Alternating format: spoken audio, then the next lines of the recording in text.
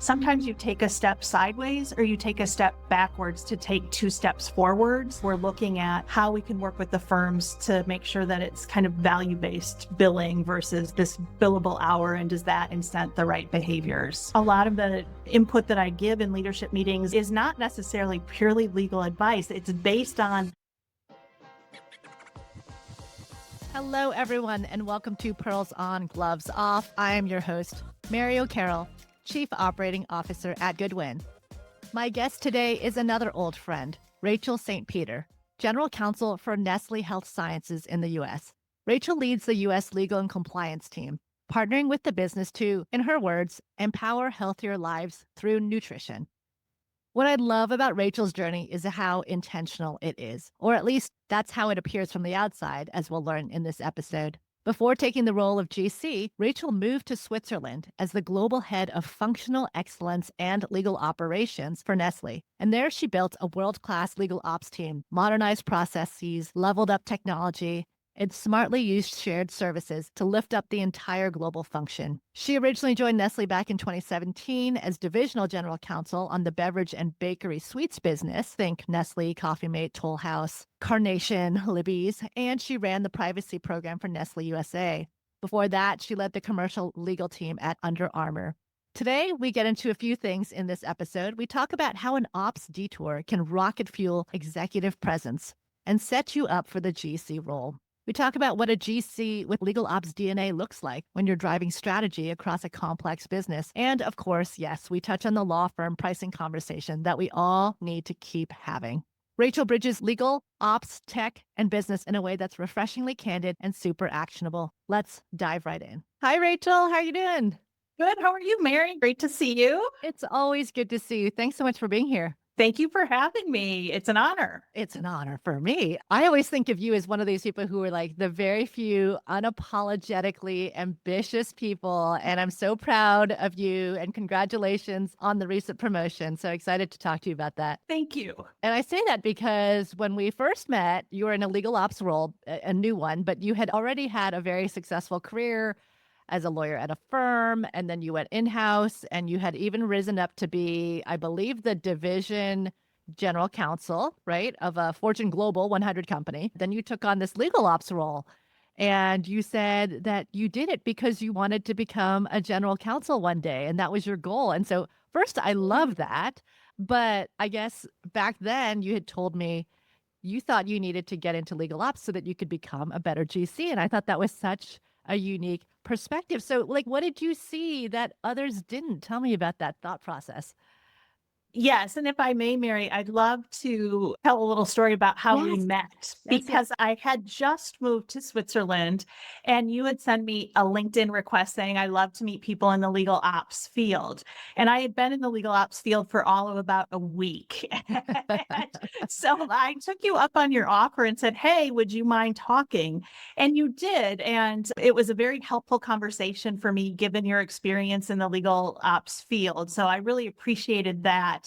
And then you were also gracious enough to speak with Nestlé a couple different times about some of the journeys that you've been on. So again, it's a real pleasure to be here today, kind of on the flip side. As far as your question about legal operations, it's true. I think that being a good lawyer is table stakes now. And so it was, what would make me a good candidate for a general counsel position should it open up? How could I best position myself to have a shot at that? And the legal ops role came open, and I thought about it and talked with my manager at the time, Dan Nugent, who you know, hugely supportive. I talked with some legal recruiters too and said, hey, how would this look on a resume? Does it seem strange to a CEO?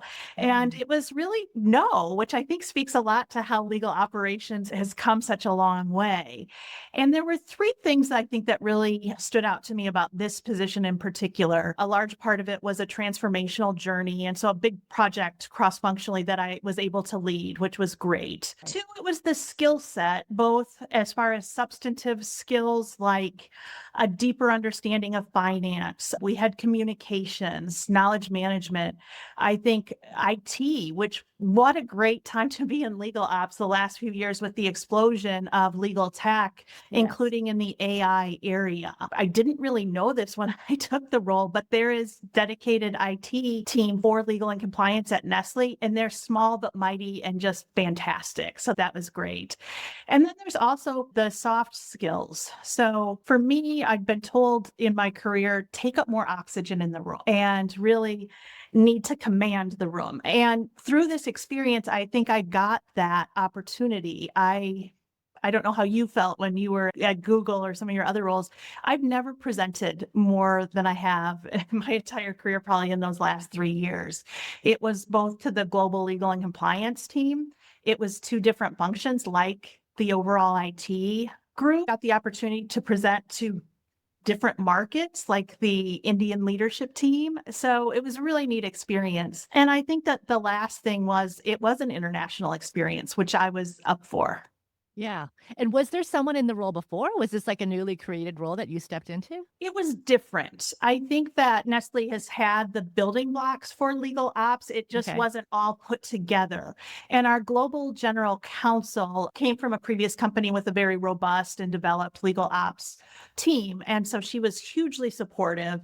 And I think that's why this particular role opened up, and it evolved over time into something different than I thought when I first got there. Yeah. And so it's a very different role, I think, than a practicing lawyer role. And was that exciting, intimidating as you stepped into it? I mean, pretty different, right?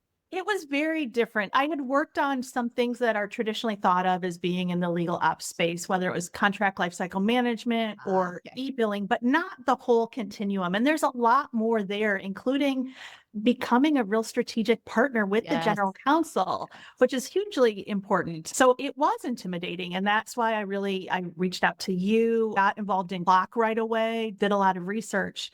And I did keep, because my long term, I was wanting to have an opportunity to be a general counsel. So kept my eye on the US legal market, kept in touch with the team there as well. So yeah, intimidating. And it was also, I was living in French speaking Switzerland and I'd never taken a French lesson. So many great new experiences to like expand your horizon and what you brought to the table. But I think it's great that, again, just the vulnerability to admit, that there was an area that you wanted to improve on, taking up more space in the room. I think you've called it executive presence. And it is true. I think because you have to work so cross-functionally in a legal ops role and you're trying to influence the different stakeholders to come together, especially the transformational role, there's change management, which is a lot of getting people to the answer that you want to get them to. And so there is a lot of opportunity to do presentations. And I feel like the lawyers did that as well. Do you think it was a different type of presentation or a different audience? Is that what was special about it? Yeah, I think so. For my particular role, it was much more geographically diverse, right? So if we were working on an initiative, it needed to work across the international markets. So really taking a view of that lens, I think was important. Yeah, I wasn't 100% with everyone getting on board, but I do think it also helped me realize, okay, identify who your ambassadors are, who can help you spread this message and get others on board. Yeah. So it was executive presence, but also kind of like getting people Mhm. around, telling your story. I think that's one of the skills that you can build from practice, right? It's like one of these things that you don't have to be born with this extroversion or this like desire to do public speaking and to do that executive presence. But the more that you are exposed to it and the more opportunities you have to just kind of practice telling the story and getting people aligned and getting up in front of a room, I guess you just get more comfortable with it. I've had to do it so much in my career that it comes very easily to me now. But I remember the days where, I had scripts and had to like practice. And there's a comfort that also comes along with a lot of reps. Did you find that as well? I think so. And it was also a new area. So you had to be comfortable being uncomfortable. If I Yeah. was presenting a legal argument in a litigation, that might have been a lot easier for me than this space. Interesting. And I think it's really that storytelling element, because you rightfully said lawyers do a lot of presentations, but this was a little bit different. And it's interesting that you said at the beginning you saw me as someone that was ambitious. I think as going through my career, no one would have said that. So I think that shows kind of the shift in my thinking as I went through this journey with the legal ops role. Very cool. And so now that you are a GC, again, congratulations. Do you think that stint made you a better GC? And if so, like, how did it make you different compared to if you didn't do that piece of it? For me, I think that on the soft skill side of things, it is the self-confidence and that executive presence and taking up more oxygen in the room, comfortable doing that before. I think also it's made me, I'll give an example. My team meetings, we now have incorporated a tech tip of the month. And so different people volunteer and we show how we're using technology to make us more efficient. I don't think I ever would have done that had I not had this experience. And I think a better understanding of how to work with law firms better and, scope the very important work that they're helping us with and really building that partnership, because I do believe it's a partnership. Communications, there was a communications role within legal operations, and that was fantastic. So I think all of those things too have translated well into this role.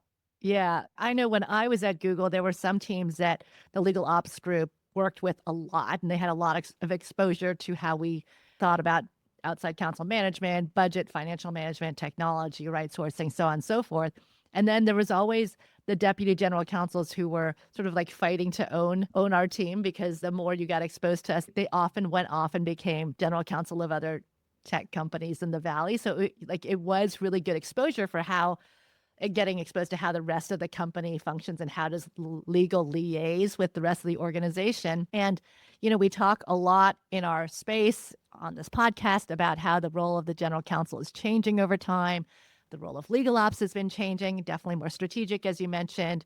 But for one thing, I think GCs are just more sophisticated now in general when it comes to tech and tooling, because of so much pressure about, how are you using AI in your department, getting more sophisticated about strategic planning, about metrics, because I feel like they sort of have to, right? Like yes, legal skills are the table stakes, but now CEOs are sort of expecting the GC to have come in with some business experience and to run their departments like a business. So someone like you who's actually not just kind of worked closely with legal ops, but done the work, you're probably the most experienced in that area. And so I think that the role of the general counsel, or just, I guess, what they come with, starts to shift so much. And I'm curious what you think the profile of the person who you work with in legal ops starts to shift. And like, how does it all now work together, given that, I guess, let me back up. Like the GCs used to hire someone to do all this stuff because they didn't necessarily have background and or interest in it.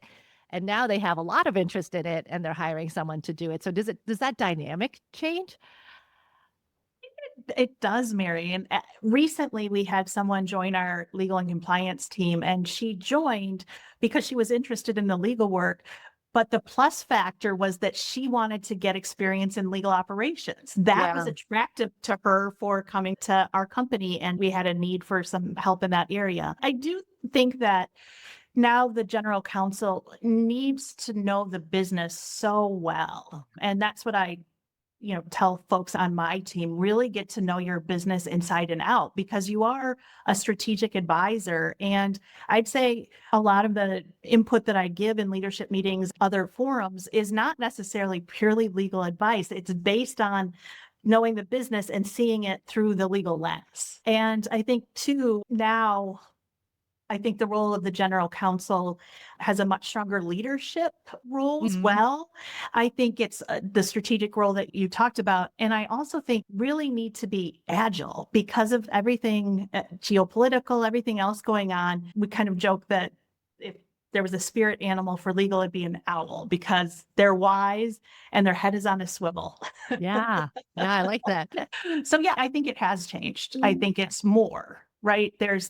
Of course, you're going to be a good lawyer. It's what else? What are the plus factors when you're looking at a general counsel role, which I think is really exciting. Yeah, I think GCs and legal ops people are becoming much more wayfinders, like sort of broad purviews. They're data driven, they're technology driven, and you're living that. Yeah, and to go back to your question, Mary, I think that the CEOs and the CFOs are expecting legal to make data-driven decisions. And so you need legal ops and you need that analytic muscle to be able to do that.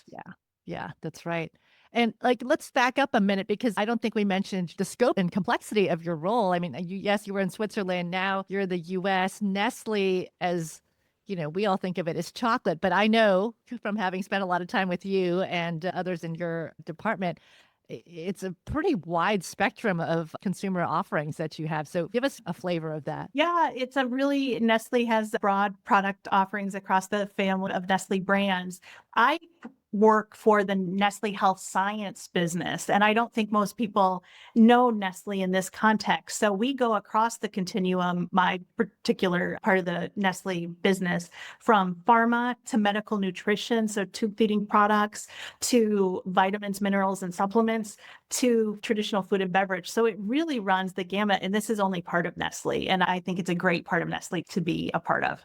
And how much background did you have in those areas? And do you have to learn that? And how important is it to be immersed in, I don't know, pharma, which maybe is very different from bottled water and chocolate, right?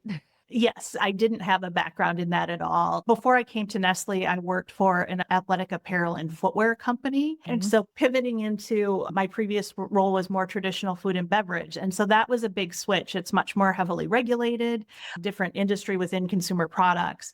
And so having done that, doing it again here and really relying on a great team. So relying on the team to help me get up to speed, learning again the business, immersing myself in it, listening and reading as much as I can. But I do want to say that the team has been fantastic in helping me get up to speed. Yeah, that's awesome. And did you have to build a team around you or did you inherit a team and have they, already had sort of like expert skills in all the areas that you want to surround yourself with? There's been some minor changes, but overall it was in place and it's a really strong team. Very excited. And that goes to my predecessor, who was the general counsel in this role, did really an excellent job.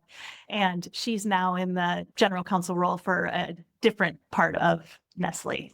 Nice. Yeah. So people you knew and were sort of already working with and exposed to in your different role, which is great. I want to ask you a little bit about technology. And again, because you've had a legal ops background, you're maybe a little bit more comfortable with looking at what's out there and staying on top of it. And as you said, the last few years have been very interesting, to say the least, about legal tech and AI. How are you guys thinking about it in your organization? Are you first movers? Are you kind of watch and wait? Are you experimenting? What's going on? I am really excited about the opportunities that are at our doorstep in legal and compliance. So we are embracing technology, and I think our role is twofold, right? To enable and to protect. So there is the role with making sure that we're using AI responsibly, but we also want to use it with the appropriate guardrails and watchouts. And I'm really, really proud that our team, the legal and compliance function within Nestle, was the first function that used the chatbot functionality over our knowledge management repository. So I think it's a time where legal doesn't always lead in the technology space. And I think this is an opportunity to do that, to make us more efficient. And so starting small, looking at discrete use cases and testing and learning and going from there. What is your knowledge repository and what did you put on it? It's our global Nestle legal and compliance repository. So every market is contributing materials that we think would benefit the greater legal and compliance function. Okay. So if I needed to look for, I need a X, Y, or Z, I can use that to find it in the repository. Awesome. So it's definitely making you guys more efficient. And are you Yes. guys using it for like drafting, for contracts, for research, or like anything else right now? Have you tried that? Yes, to some extent, but we're also looking at a true contract lifecycle management tool. And then you guys, I know you're using like Copilot within just your like day-to-day efficiency as well. Yes, Copilot, and then other tech tools. We have a e-billing tool that we rolled out globally, an RFP tool for external counsel, and some other tools as well. Yeah. Okay. And then on the external counsel piece, given that AI is here and I know you're doing competitive bidding for some of your RFPs, how are you thinking about, what are you asking your firms to do? I'm on the firm side now, and it's interesting because having been on the client side for most of my career and doing the asking of firms and, asking them what they're doing and how they're thinking about things, and then seeing it from this side, I'm just curious, does Nestle or do you have a position on kind of what you expect from your firms, both from AI adoption? Do you want them using AI? Do you not? And then also for the pricing structures. I think as far as wanting the firms to use AI, I think yes. And I think being transparent about it is important. And so learning from each other, again, law firms are so important to the overall functioning of the legal and compliance function that it should be a partnership. Yeah. And so I think we tended to share. So we would have law firms come in and show what they were doing, and we'd show what we were doing and learn from each other. So I think that's important. And as far as, billing, I think, okay, if it goes faster, then that should be helpful in more efficient billing. I think transparency, though, is really the key, Mary, for me. I think we're looking at how we can work with the firms to make sure that it's kind of value-based billing versus this billable hour, and does that incent the right behaviors? Yeah. So I think that's so important. And I still find clients reluctant to adopt value-based billing and still, sort of go back to the billable hour, but then say, bigger discount, more caps. Why value-based, and why is that important to you? For me, I think it benefits both sides of the equation, the law firms and us. And it's really working together to develop the strategy early on and giving more rigor to that, giving more rigor to kind of that early case assessment and structuring how the work should go in a more efficient way to come up with a better result in maybe a quicker time period, Mary. You guys are in favor of that kind of arrangement versus the billable hour, or do folks on your team then just kind of say, oh, I can't figure out what the right price should be, let's just go back to the billable hour? Is that common, or are you pushing for firms to adopt it more? How do we get there? I thought you might have the answer to that, Mary. I don't know. I think this is me, and I'm not speaking for everyone. Yeah, of course. I do like to focus on value-based billing. Is it 100% of the time for every matter that we have? It's not. Yeah, and it because shouldn't there's be. some, and because there's some that just are not conducive to that. We're learning in this space. And again, partnering with firms, and I'm seeing more leaning in because I think it benefits both sides and it's a better relationship. Yeah. So I'm hearing, I'll share with you what I'm thinking Yeah. a lot about is a lot of clients are coming and saying, hey, are you using AI? You need to be using AI, and I want to see where it's going to save me money. And totally honestly, we are using AI. We're one of the few firms that have deployed it firm-wide. But look, it's still early days in terms of like totally changing the way legal services are delivered. It's helping around the edges, 5% efficiency here and there, just like you're seeing in every other legal department. Because I look them in the eye and go, well, are you able to, get rid of headcount or change the way your departments look? And they're like, no. I'm like, okay, well, we're all in this together. We're kind of having the same experience where it's helpful here and there. But that said, we really do want to have more adoption, and we think the tech is going to get better and better, and to the point where something that took 8 hours will very realistically take 1. And there already are those use cases. They're just like a few of them, not a ton, right? And I think about like the Uber versus taxi model of pricing. And if you're an old school taxi company and, now there's GPS and there's live traffic updates, and you're still working on this, meter that goes by time, you're not going to want to invest in that. Or even if you do, you're not going to be encouraged to use that if you're still being incentivized by the meter. Because like the longer it takes, I'll drive you around town. You're a tourist. You don't know where you're going. And that's okay with me. I make more money. But that's a horrible experience for the passenger, right? Because you're immediately like, well, I don't know if I was taken for a ride. I got where I needed to go, but I didn't love that experience, right? And so now the client comes and says, well, I want you to use this GPS and this traffic, and so I can get there faster. And we say, great. And the reason that Uber works is because now it's a fixed fee and it's transparent and you see it up front and both sides agree that's the right fee. And you say, I accept. And, the driver accepts. and off you go. And sometimes there's no traffic at all and they found a shortcut and the driver got there a lot faster and probably made a little bit more money and took the next ride sooner than he or she thought. And in other cases, there's an accident on the freeway and you are stuck there for 2 extra hours, and they lose. But that's what a fixed fee is, right? You win some, you lose some, but you both have skin in the game and you agree up front that's the right price point. And that incentivizes the taxi drivers to use technology and then even add value added technology and say, hey, there's a platform. You can call us using this app and you can see how far away we are now. And that doesn't make us come faster, but hey, that's value add. So when you start to move all things to a new model, I feel like everybody wins. But until you get there, it's, if it's what benefit are we getting from AI? And by the way, I want you to bill by the hour. So I only pay for that 1 hour now instead of 9. That's not really risk sharing. And that's not really, incentivize alignment. Yeah. No, that's a great example, Mary. I think that's a great illustration. There's so many pieces that have to move at the same time. And why it's so hard for the firms is the firms are the taxi companies. And you've got newcomers like the Ubers will just come in and be like, from the beginning, we've got all this tech and we've got fixed fees and we're transparent. And so, taxi companies have to either get there as soon as possible, or we saw what happened to taxis. Everyone's going to rather take an Uber. Mary, I'm curious, do you have any just kind of high level clients that are reluctant to have the firm use AI? Yes. Oh, absolutely. Yes. Okay. A fewer and fewer nowadays. I Okay. think, like probably a year ago, you had some who would say, I don't want you using AI at all on my stuff. It reminds me of like the early days of cloud, when cloud computing came out, and there was certainly clients saying to law firms, I don't want you putting any of my data in the cloud. And as people get more educated on the safety and, how it all works, they get more comfortable with it. And now we hear that very seldom. The learning manager at Nestlé in Switzerland is fantastic. And he did a nice analogy too of like an iceberg. And there's the explicit knowledge that AI is really good at.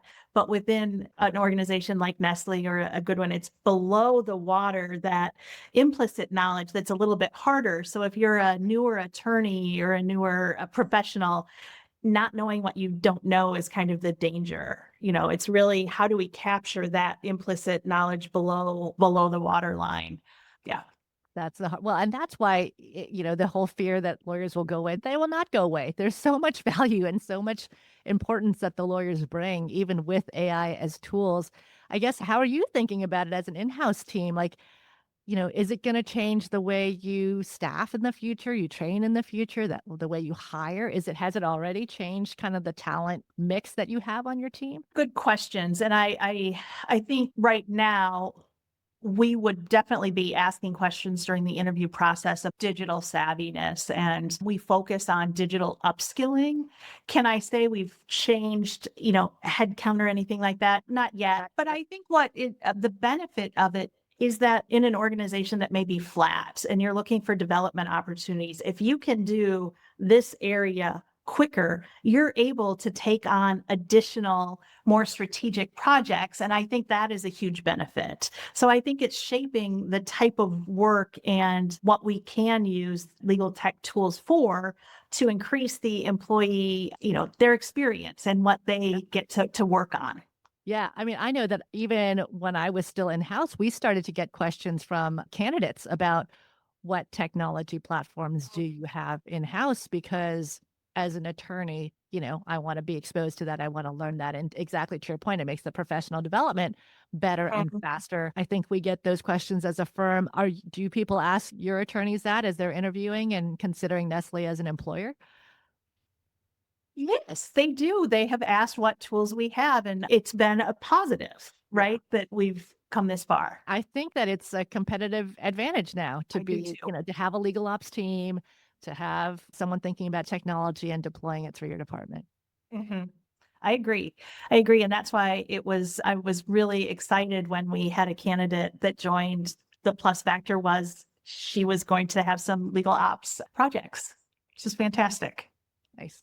And what do you think the evolution of legal ops is? So many people are getting involved in technology now beyond just the legal ops team. I'm sure if you're in legal ops now that all the attorneys are saying, have you heard of this tech? Have you heard of this? Have you heard of this tool? We were seeing it, but I can't even imagine what it's like now with the explosion of technology. So everyone's kind of starting to dabble, in legal ops, if you Mhm. will, and maybe even building things, with some of the models and agents. Yeah. Does that start to change the role of legal ops? Are you seeing, or what do you think about that? I haven't seen it change, Mary, because I think that the legal ops professionals are better suited to vet those tools. But certainly every attorney's like, I saw a demo on this and can you check it out? And have you looked at it? And it's good because you are constantly looking at the landscape is evolving. So I think it's great that they do that. But sometimes it's like, oh, but I think that the legal ops professionals are better situated to vet them, to understand the technology, to understand what the implementation would be like.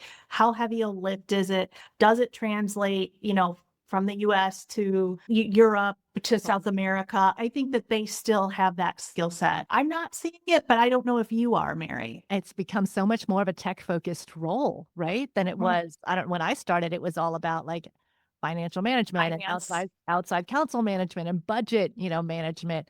But now it's like all even when it comes to those things, it's like, what tools can we use in those areas? What data do you have? What are your trends? Absolutely. I also wanted to ask you, because I love to ask every GC, the whole managing up thing where the role of the GC's changed. We talked about how much more strategic, how much more business oriented you are, but there's always that question of like, how do we deliver value, or how do we show the value that we're delivering to the organization? And I don't know if that's metrics, reporting. Do you do quarterly updates and annual review? How do you get in front of your CEOs or leadership teams and kind of showcase your team, or, check in? Our global general counsel calls that the holy grail, right? It's, I don't know anyone that has fully cracked that. Totally. Kind of all of the above, Mary. I think showcasing both within the department and outside of the department where legal played a key role in an initiative, not just something that's solely focused on legal necessarily, but if there was a new marketing campaign launched or a new commercial and it was marketing and it was legal and it was regulatory and they all worked together on this, I think highlighting that and how we can add value is important. And so really it's more of that business partnering rather than some other things. Now, I think that there are metrics that we look at. I think traditionally people have looked at like number of contracts and the turnaround time and things like that. So certainly looking at that. We do quarterly updates in various forums and highlight different projects that we've worked on, but always really kind of that cross-functional business partnership is what we try to highlight, Mary. That's so interesting, because that's what you're showcasing again is more storytelling, how It you are, is. right? And Yes. enabling big strategic business initiatives to come to fruition and making them more smooth rather than, or in addition to, I suppose, here's how many contracts we executed. This is how many, X, Y, or Z we vetted, or we share those. Yeah. But I think we get more impact and more reaction, honestly, from showcasing those business projects that have moved the needle for the business.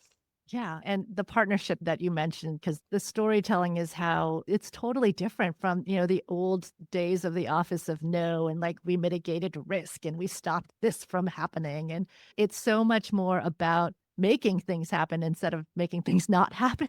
It is. It's how can we make this happen? And it might not be the exact way that it first was discussed, but how can we make it happen?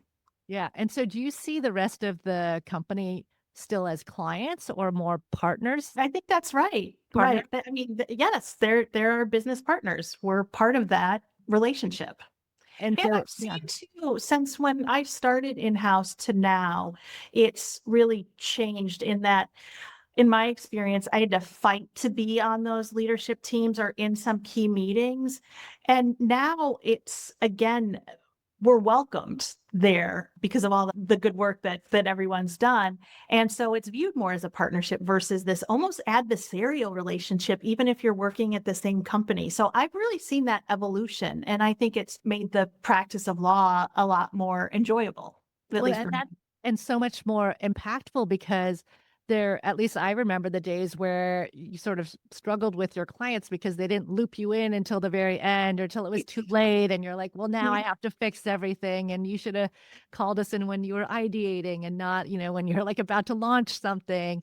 But it sounds like if you have that strong relationship, you're a welcome thought partner and not like, oh, now it's the end and I got to deal with legal, right? Right. I hated that early on. Like I felt like, and it didn't go over well. A school teacher, like you should have, like, it didn't work. It didn't work well. Yeah. What advice do you have for folks who, I guess, are as wonderfully ambitious as you want to get into the general counsel suite and are in either a law firm or an in-house attorney role? Would you recommend that they do the path that you did, or is there a different, I guess looking back? I think it's different for everyone in different circumstances. This worked out well for me, I'm thankful for, but I don't know that there's 100 other ways you could get here. Yeah. I will say probably the one takeaway is sometimes you take a step sideways or you take a step backwards to take 2 steps forwards. The legal ops role in Switzerland for me was a lateral move. And I knew that, eyes wide open, and was glad for the opportunity. And it's resulted in, I don't know that role in and of itself is why I'm in the GC role now. But I think the way I showed up in the interview certainly was impacted in a positive way by the experience in the legal ops role. And I think ultimately, for the reasons we talked about earlier, it made me better in this position. Yeah. Did you, when you were going through kind of all the moves in your career path, I always say when you look backwards, the moving sideways, back, up and down, it all makes sense. Like, I feel like if I tell my career story, it's like, of course, it led you to this because it like you're able to tell that story. But when you're in it, it's not always that clear. It's like, let me take this leap of faith and see where it goes. Was that the case for you? Although I feel like you were maybe a lot more intentional than a lot of others with, I'm going to do this because it's going to get me this skill that I'm lacking, and I'm going to get this exposure because I need this next. I wasn't intentional early on in my career. It's, I think, by working hard and doing good work, it takes you so far. And then I think it doesn't take you to the next step. And so I really stopped to think about it. And did I really want to be a general counsel? I wasn't sure. Like that wasn't always my career ambition, but I got to the point where it was yes. And this is one path that might work out. But you're right. There was no kind of safety net. I didn't know that it was going to work out. But I thought the experience regardless would be a positive one. And it really was. I can't say enough about the support that I received from colleagues, both in Switzerland, back in the US market. It was remarkable. And I think that the legal ops profession, honestly, most people are very helpful, like you were when I was. And I think about that and wanting to pay it forward. I think it's a nice community of professionals. It's so open and so sharing and so welcoming. I agree. It's kind of always been that way. How important was like your network and mentors along this path? Because I know you've reached out to many people and they've helped you along the way, but how critical was that in kind of getting to where opening doors, I suppose? Hugely helpful across the board, whether in mostly informal mentoring, I would say I had great support. And I think too, with the leaders that I worked for, one thing that they have in common was they valued creativity and they didn't kind of put you in a box. It was, you can figure it out whatever way you want. And I had room to fail fast, which I think in the legal ops area is super important to have that flexibility. And then be agile, right? If it doesn't work, let's move on quickly and go on to the next. But I think that is something that they all had in common. And again, the openness of people to share, I think was hugely beneficial for me. Yeah, I always say I have like this informal, I call them like a board of directors or people you go to for advice and mentorship. It is totally informal, right? There was no ever a mentorship program that like matched me with anyone that I would consider, a mentor, a person I go to advice for.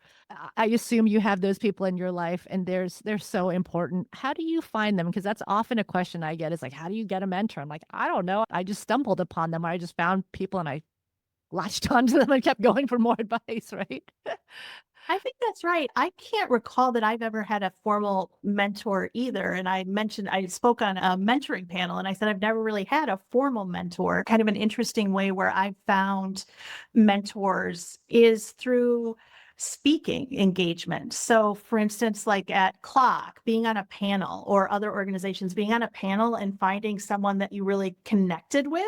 Yeah. And then I wasn't always so good about this, but following up, keeping in touch is important to maintain that relationship.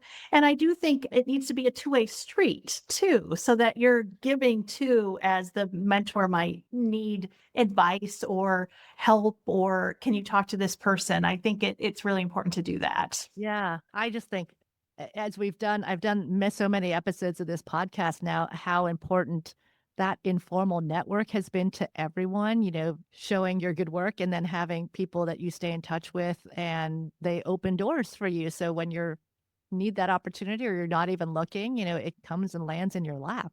I think that's right. I think that's right, Mary. All right, Rachel. Well, this has been amazing. Is there anything we didn't touch on or any advice you'd like to offer to our lovely listeners? No, I think be curious and continue to learn is, I think, also a way to navigate things, Mary.